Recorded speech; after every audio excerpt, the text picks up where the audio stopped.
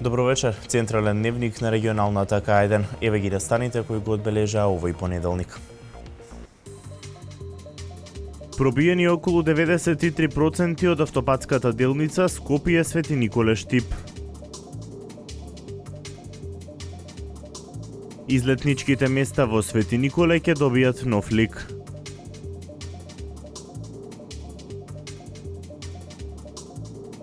Великденските и првомајските празници поминаа мирно. Нема регистрирани сообраќајни несреќи, ниту труења со храна и алкохол.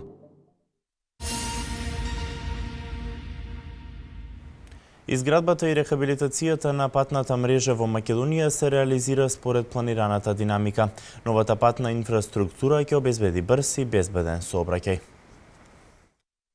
Брз и безбеден сообраќај во Македонија ќе овозможи патната инфраструктура која во моментов е во изградба. Автопатските и експресните патишта, како и рехабилитацијата на локалната инфраструктура ја вбројуваат Македонија во регионот како земја со најголеми вложувања во патната инфраструктура. Околу 93% од автопатската делница Скопје Свети Николе Штип е пробиена, вели министерот за транспорт и врски Владо Мисајловски. 93% е пробиена трасата. Или севкупно како градежни активности од прилика 36%. Тоа значи дека сме навлезени сериозно во длабока динамика. Моментално дел од делницата се асфалтира, дел се пробива уште малце, се работат земјени работи, градежни работи и така натака. Јас, како што напоменав, очекувам дека до крајот на следната година ќе биде комплетно завршен, но паралелно се работат и други автопати. Работите на првиот експресен пат во Македонија, делницата од Велес до Кадрифаково, се одвива според планираната динамика, вели министерот Мисајловски. Очекувањата се дека трите фази по кои беа планирани градежните работи ќе завршат наредната година. Започна да се изведуваат градежните работи за уредување и модернизација на излетничкото место Ѓуриште во Свети Николе. Проектот чини 7,2 милиони динари, а средствата се обезбедени од Агенцијата за финансиска поддршка на земјоделството и руралниот развој. 7,2 милиони динари чини проектот за уредување и модернизација на излетничкото место Ѓуриште во Свети Николе. Средствата за уредување на ова излетничко место се обезбедени од Агенцијата за финансиска поддршка на земјоделството и руралниот развој. Градежните работи започнаа да се изведуваат во местноста Бареш. Каде што ќе имаме патека долга 1300 метри и ќе имаме летниковци со комплетно содржини, значи за светиниколчани и сите добронамерници да се чувствуваат убаво и своето слободно време да го минуваат во место кое што ќе биде уредено. Долгогодишното барање на светиниколчани за уредување на овој излетнички локалитет станува реалноста, вели градоначалникот Зоран Тасев.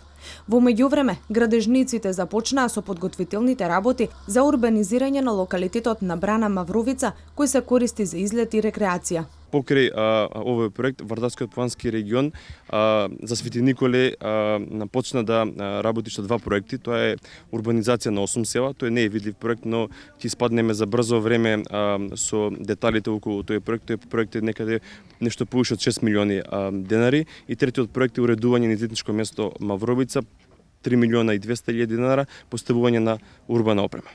Според проектот, на овој локалитет ќе бидат изградени пристапни патеки, видиковци и места за одмор, а во наредниот период, како што истакна градоначалникот на општина Свети Николе Зоран Тасев, покрај езерото на Браната Мавровица, ќе се создадат услови и за викенд населба.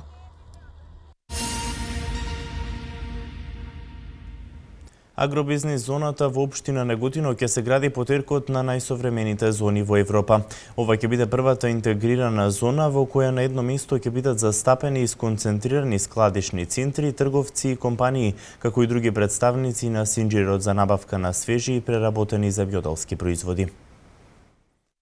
Агробизнис зоната ќе се гради во општина Неготино по теркот на најсовремените зони во Европа. Ова ќе биде првата интегрирана зона во која на едно место ќе бидат застапени и сконцентрирани складишни центри, трговци и компании, како и други представници на синџирот за набавка на свежи и преработени земјоделски производи. Сметам дека тоа е најповолната положба за изградба на еден таков објект кој ќе биде репрезентативен не само за Република Македонија, туку и во балкански рамки, знаејќи како се организираат агроберзите во високоразвиените западноевропски држави. Агробизнис зоната ќе овозможи собирање на свежо земјоделско производство и негова дистрибуција кон крајните потрошувачи во и надвор од државата. Главните бизнис активности што ќе се нудат во зоната ќе бидат калибрирање, пласирање, пакување и разладување, определување на цената на берзата, утовар, дистрибуција и купопродажба. Тоа ќе биде центарот на земјоделието во Република Македонија, бидејќи таму сите градинарски производи, сите овошни производи ќе бидат донесени по пат на неколку операции кои треба да бидат изведени, значи класирање, калибрирање, лагеровање, ладење и дистрибуција до сите посекувани дестинации низ цела Европа и во Република Македонија. Со ова Македонија ќе добие интегриран систем за пласман на земјоделското производство, што ќе го намали бројот на учесниците во синџирот на набавка и ќе овозможи поповолна цена за земјоделските производители, но и механизам за воспоставување на фер и амортизација на ценовните шокови во периодот на пазарни вишоци.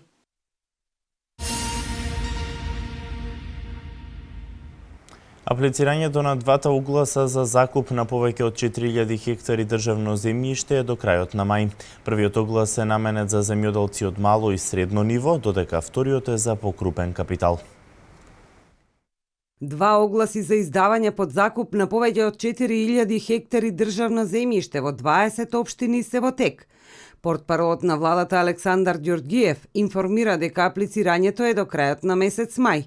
Првиот оглас е наменет за земјоделци од мало и средно ниво, кои можат да аплицираат за одгледување на култури по сопствен избор, додека вториот е за покрупен капитал.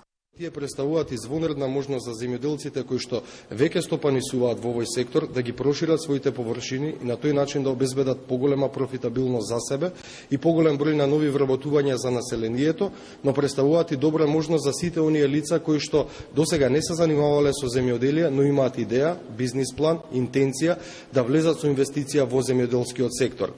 Покрај тоа, покрај добивањето на државното земјоделско земјиште под закуп, лицата ќе може да ги користат и останатите владини мерки кои што значат сериозна поддршка на ова поле, како што се субвенциите, кофинансирањето на набавката на опрема, механизација и останатите поволности. На двата огласа огласено е државно земјиште кое се наоѓа во општините Берово, Битола, Велес, Виница, Газибаба, Гевгелија, Дебар, Делчево, Кавадарци, Кисела Вода, Кочани, Куманово, Неготино, Прилеп, Радовиш, Ресен, Свети Николе, Струга, Струмица и Тетово. Право на учество имаат сите домашни физички и правни лица кои се регистрирани во единствениот регистар на земјоделски стопанства или пак се трговци поединци со дејност земјоделство, како и странски правни лица кои имаат своја подружница во Македонија.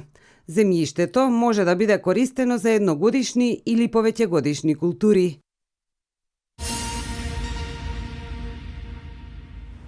Великденските и првомајските празници поминаа без сообраќајни несреќи, а нема ниту пријави за труење со храна и алкохол. Со оглед на временските прилики, најмногу пациенти се јавиле со здравствени проблеми вообичаени за овој период од годината. За време на првомајските и великденските празници во службата за итна медицинска помош не се регистрирани труења со храна.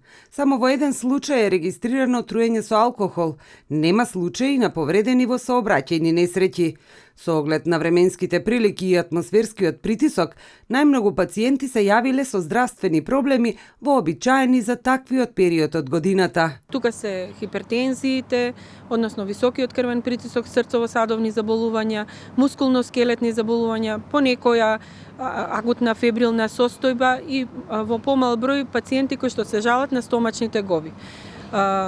Со вообичаена динамика во амбуланта, со бројка која што е вообичаена за секојдневната работа во службата за итна медицинска помош и домашно лекување. И од СВР Велес информираат дека за време на празниците не се регистрирани сообраќајни незгоди, ниту пак нарушување на јавниот ред и мир.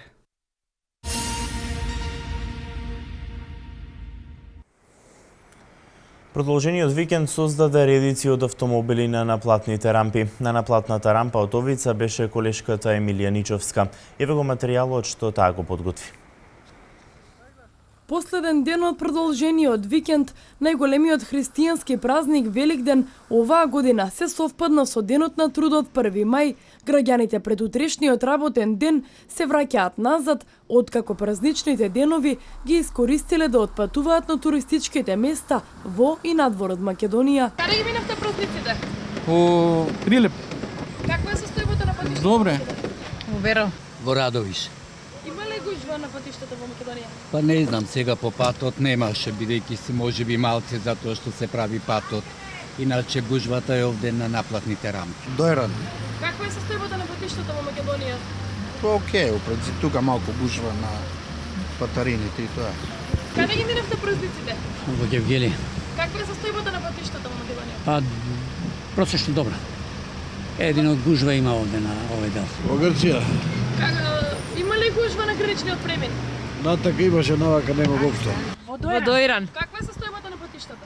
Супер. Нормално. На автопатските делници има голема фреквенција на возила, големо заостанување има на наплатната рампа од Овица, каде со часови интензивно работат со цел да се справат со долгите редици возила. Според информациите кои ги добивме од вработените од наплатната рампа од Овица, сообраќајниот метеж започнал уште во утринските часови и се очекува со ист или с голем интензитет да продолжи и во вечерните часови. Исто така тие дополнително информираат дека ваква зголемена фреквенција на возила не била забележана ниту за време на летниот период. Покрај долгото чекање на наплатните рампи и временските неприлики, дополнително го отежнуваат сообраќајот на патиштата. Препораките од надлежните служби се внимателно управување со возилата со намалена брзина со цел безбедно стигнување до крајната дестинација.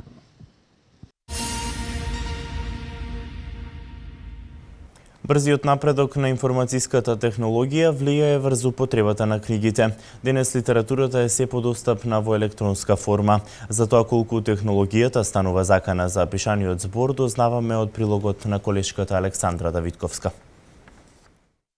Пред појавата на модерните технолошки уреди и интернетот, книгата беше единствениот начин за добивање на информации. Денес литературата е се подостапна во електронска форма. Затоа дали и колку брзиот напредок на информатиската технологија влие врз употребата на книгите, разговаравме со директорот на локалната библиотека Гоце Делчев, Игор Крајчев. Современото живење, современото општество, социјалните мрежи, целата електроника која што не обкружува, представува одреден начин на загрозување на битисувањето на некој начин на книгата, но сметам дека не е доволно голема и страшна закана. Книгата обстоила многу премрежја во многу промени во општеството, сметам дека и ова ќе го преброди. Книгата е сепак нешто што оние вистинските читатели сакаат да го имаат во раце. Крајчев вели дека помеѓу локалната библиотека и читателската публика во Велес постои взаемна соработка и интеракција, што пак придонесува за зголемен број на членови на библиотеката. Во моментов имаме некаде околу 3000 членови на библиотеката, што ни кажува дека читателската публика во Велес е во благ, но во константен, она што нас не радува, во константен пораст. И навистина имаме една расположена публика која што има јасно изграден вкус за читање. Љубителите на пишаниот збор наскоро можат да очекуваат нови наслови во локалната библиотека.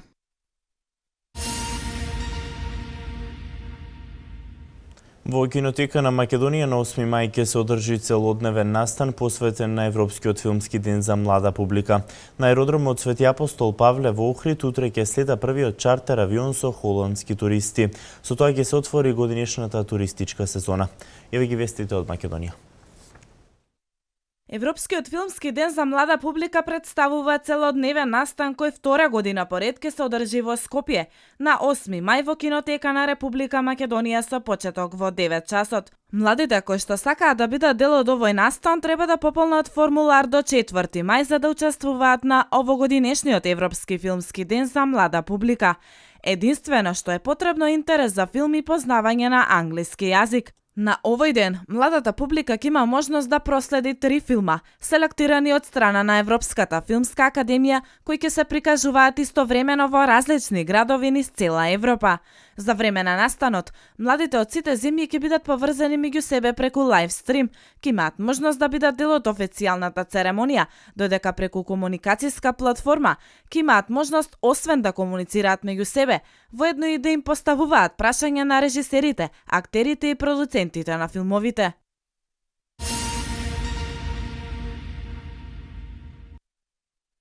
Првата група на холандски туристи кои годинава ќе одмараат на Охридското крајбрежје ќе слета утре на Охридскиот аеродром Свети Апостол Павле. На пречакот на првата група туристи од Холандија, која ќе пристигне со чартер лет, се очекува да присуствуваат Зоран Крстевски, генерален менаџер на ТАВ Македонија, градоначалникот на Охрид Никола Бакрачевски и Асим Меджедовик, директор на туристичката агенција Fibula Air Travel. Освен традиционалните туристи од Холандија, оваа пролет во Охрид се очекува да одмараат и голем број туристи од Израел и од Турција. Според Хотам, Македонија веќе неколку години наназад е дел од мапата на кружните балкански тури од далечно источните земји, па и оваа пролет во Охрид се очекуваат голем број на туристи од Јужна Кореја и Кина. Колумбија под исклучителни мерки за безбедност вчера го екстрадира перунскиот наркобос Херсон Галвес. Американскиот државен секретар Џон Кери се надева на напредок на преговорите за Сирија во Женева. Ова се вести од светот.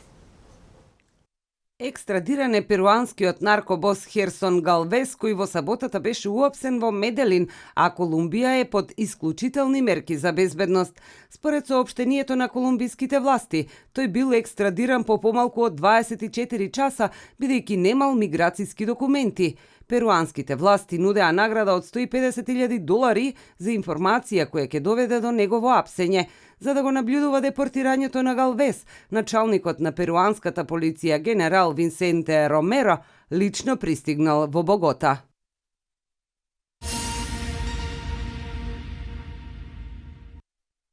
Американскиот државен секретар Џон Кери изразил надеж дека ќе биде постигнат напредок на преговорите во Женева во однос на почитување на спогодбата од февруари за прекин на огнот во цела Сирија и за продолжување на преговорите за мирно решавање на конфликтот.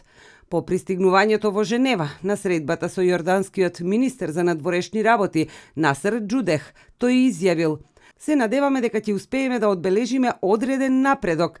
Резолуцијата на Советот за безбедност повикува за целосно примирие, кое ја опфаќа целата територија на земјата, како и целата држава да биде достапна за хуманитарна помош. Очигледно тоа не се случува." Кери упатил апел кон рускиот колега Сергеј Лавров за помош во ограничувањето на насилството, особено околу Алепо.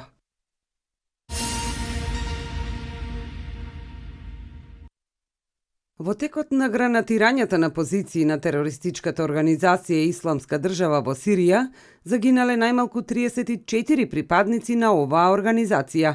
Нападите биле извршени од турската артилерија и беспилотни летала лансирани од јужниот дел на земјата, соопштува турската војска. Во нападите се уништени 6 возила и 5 позиции за напад на ИД, од кои прво на оддалеченост од околу 12 километри јужно од границата со Сирија, а потоа 4 дрона кои полетаа од базата Инџирлик во Јужна Турција ги уништија останатите цели, соопшти војската. Нападите представуваат одговор на ракетните напади на Исламска држава врз јужната провинција Килис.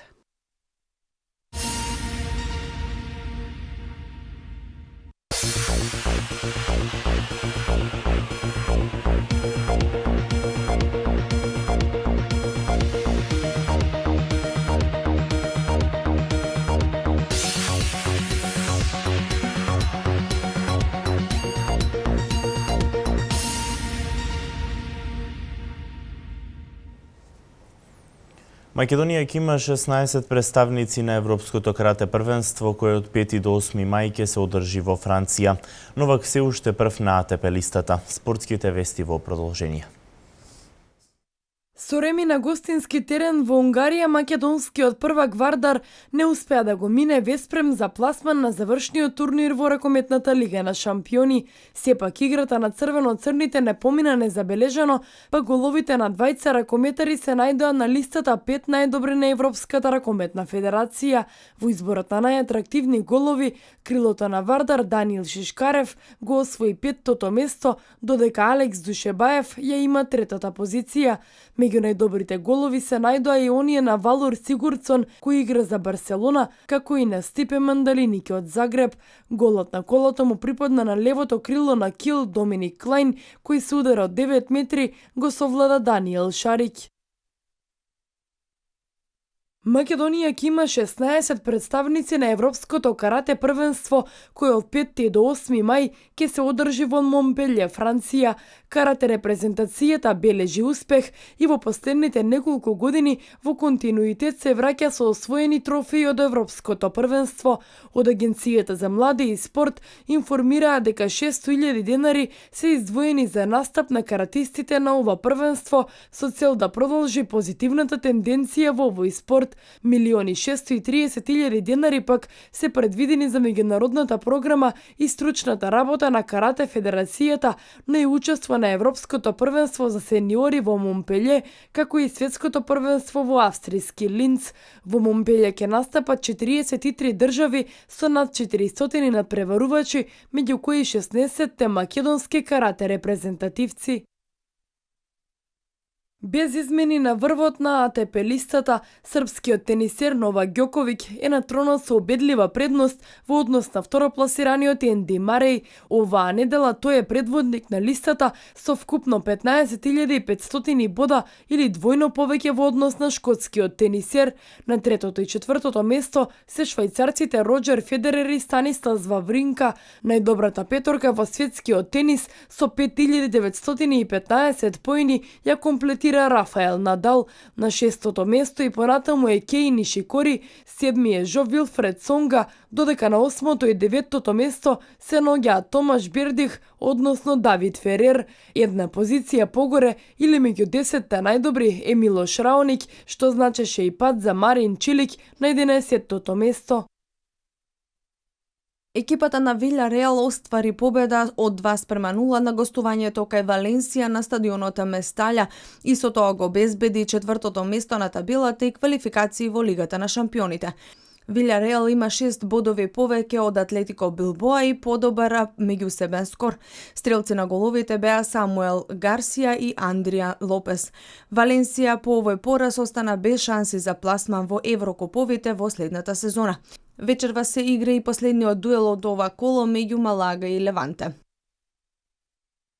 Екипите на Мајами и Торонто обезбедија пласман во следната фаза од плејофот од НБА лигата, откако ноќеска мајсторски беа подобри од ривалите и постигнаа победи. Мајами славеше на домашен терен со убедливи 116:73 против Шарл за триумф од 3-4 во победи, додека Торонто ја совлада Индијана со 89:84 за 4-3 во победи. Во полуфиналето на исток двата тима ќе играат меѓу себе, а првиот дуел се игра на теренот на Торонто на 3 мај. Шампионот Голден Стейт ја постигна првата победа во полуфиналето на Запад против Портланд. Првакот славеше со 118:106, а имаше сигурно водство во текот на целиот надпревар. Клеј Томпсон постигна 37 поени, а Дреймонд Грин имаше трипл-дабл, 23 поени, 13 скока и 11 асистенции. Вечерва почнува серијата меѓу Кливленд и Атланта, а се игра и вториот надпревар Сан Антонио Оклахома Сити.